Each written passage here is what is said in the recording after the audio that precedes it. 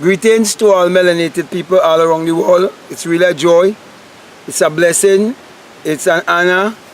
It's truly a pleasure to be out here in nature and greeting you, knowing that I'm bringing a message of truth to you, a message of emancipation to you, a message that will bring you into true illumination, self-realization and self-actualization, whereby you will come to discover your true self.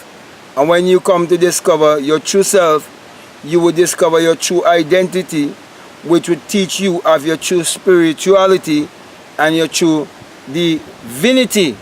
Now, with that being said, my brother and my sister, I want to speak to you concerning the law of attraction versus self-realization. And the reason why I decided to speak to you concerning the law of attraction is because many people who believe in law of attraction fail to realize that there was a motive behind producing the secret and the law of attraction. Now, what I'm going to do, I'm going to go in the Bible and I'm going to show you basically what I am speaking about and how the law of attraction is one law out of many universal laws that there is to guide you and lead you to come into your higher self, and how everything that they're saying to you, that the principles are from the Bible, and all these other motivational speakers who are not quoting from the Bible, they're getting their principles also from the Bible. But you have to first come to realize that the Bible addresses the human mind and must be interpreted psychologically. That the Bible is not literal, neither is it secular history. Also, you have to come to understand that the Bible was written symbolically, and that the original language of the Bible was a language of symbology. It was a mystical language. Therefore, it takes mystics and enlightened ones who have experienced the book to tell you of the book, because they would have become the living book interpreting the written book. Now, the Bible tells you to give and it will come back to you, good measure, pressed down, shaken together and running over, would man give into your bosom, which is basically teaching you about the law of compensation. The Bible also teaches you that whatsoever man sow, that also shall he reap. It also teaches you that as a man thinketh in his heart, so is he. Also, the Bible teaches you the divine law of reproduction, that every seed and every species would reproduce after its kind. But most importantly, the Bible tells you that when you seek first the kingdom of God and his righteousness, that all these things will be added unto you. Therefore, there's certain things you have to do first in your life before you get caught up with the law of attraction. Because the Bible is saying to you that you have to look within yourself first to find the power or the creative power or the creator in you, so you will come to discover exactly who you are. Because the universal question in this world is, who am I? Everyone have to ask themselves that question, who am I? And when the answer comes, it must be I am. I am that I am. I am whatever I believe myself to be. As a man thinketh in his heart, so is he. Now, in Luke 17:21, it tells you where to look to find the kingdom. It says that the kingdom of God is within you, and that you must not let anyone have you to look outside of yourself to say, lo, he's here, or lo, he's there, for the kingdom of God is within you. That he is not a person who existed 2,000 years ago. That he is not a man with blue eyes and blonde hair. That he is a personification of your own human imagination. Because without your human imagination, there isn't anything made that was made, and all things was made by him, which is your own human imagination. That's St. John 1 and verses 3. So basically, the law of attraction was elevated in such a way to distract you to go after the getting over the being. because we were trained to believe in school as little children in a God outside of ourselves, of a creator outside of ourselves, and to have an employee mentality. So we left school looking for a job and chasing after money.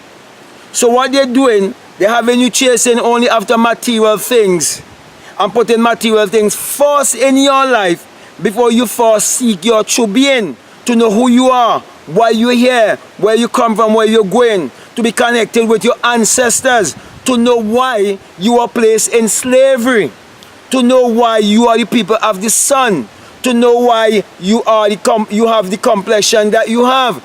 These are things that you have to know before you chase law of attraction. For example, I would have had many experiences while I was a Christian and going to church, where myself and others would have come together and manifest tremendous amount of things for the church and the church system, but yet we were still ignorant and didn't know what laws we were really walking by, and were believing that it was Jesus Christ, our power outside of ourselves, that was enabling us to achieve the things that we were achieving. So I'm saying to you, my brother and my sisters, a man can have $1 million and he still haven't discovered himself. That's the reason why you have so many black men and women who are entertainers, whether in the movies or in the music industry, and they're slaves and victims and being used by the system to enslave their own people also. Because when they put money in their pockets, they try to make them become leaders and speakers to their own people. And so the people believe that you have to you have to make money make you instead of you make money. So you have to make money, but do not make money make you. So you don't depend on money for happiness. You discover your true happiness first, and then all these other things will be added unto you. Therefore, my brother and my sisters, self-realization, self-actualization is greater than any law of attraction, because your thoughts, which is creating your reality, was before money.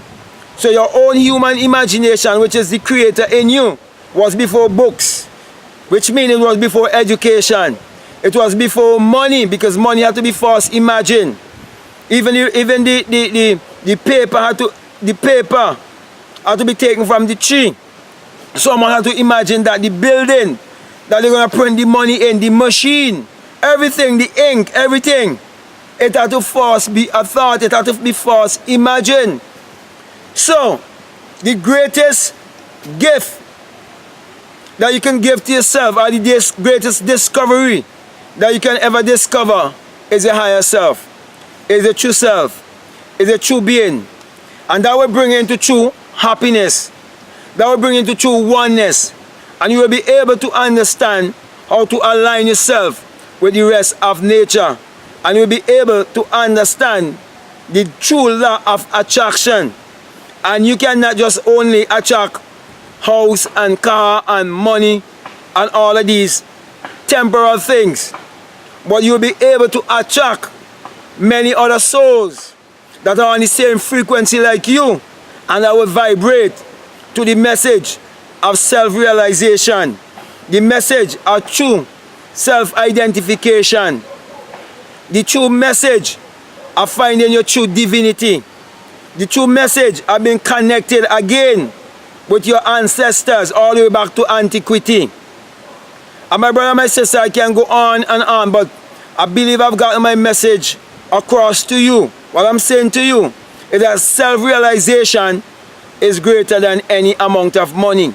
Self-realization is greater than the law of attraction. Self-realization would bring abundance, would bring wealth, would bring everything that you need. And you wouldn't need these things to be happy. You would already would have become happy, and you can now use your emotion or your mood or your feeling of happiness and joy and peace and contentment and self-realization to attract whatever you want to attract in your life. So with that being said, my brother and my sisters, I want to continue to encourage you to further yourself in this knowledge of self-realization by reading my ebooks, and soon they will be in a hard copy that you can get them also. I'll give you more information, and it has things work more in progress, and I'm feeling good about it, and I know that you're feeling the same also. Also, for those of you who would love to have mentorship and would like to be in contact with me, you can email me at blackmadguru@gmail.com, and you can join my Patreon if you want mentorship, and you can donate $50 or more monthly, and I'll give you my phone number, and we will be able to speak, and I can be able to explain more of these things to you and teach you how you can create your reality more perfectly, and how to align yourself back with nature and discover the creator in you. So at this time, I just want to give you the sign of enlightenment, the sign that has enabled me to be out here speaking to you. For hadn't it been that I would have awake within myself and ascend like a fire being and exit my crown chakra, which is my skull, I wouldn't have been here to tell you that the greatest mystery upon the face of this earth can never be known intellectually, must be experienced. And when you experience that, when you have that experience, you come to realize it is the rising of the S-U-N in a S-O-N. And you would have come to experience the dawning of a new day. And you will also realize that without the human imagination, there isn't anything made that was made. And without the S-U-N, there is no life. And that the S-U-N parallel the human imagination. Thus the reason why we have to be a people who are using our mind power, because we are the people of the sun. So with that being said, I want to say peace, love you, I'm out.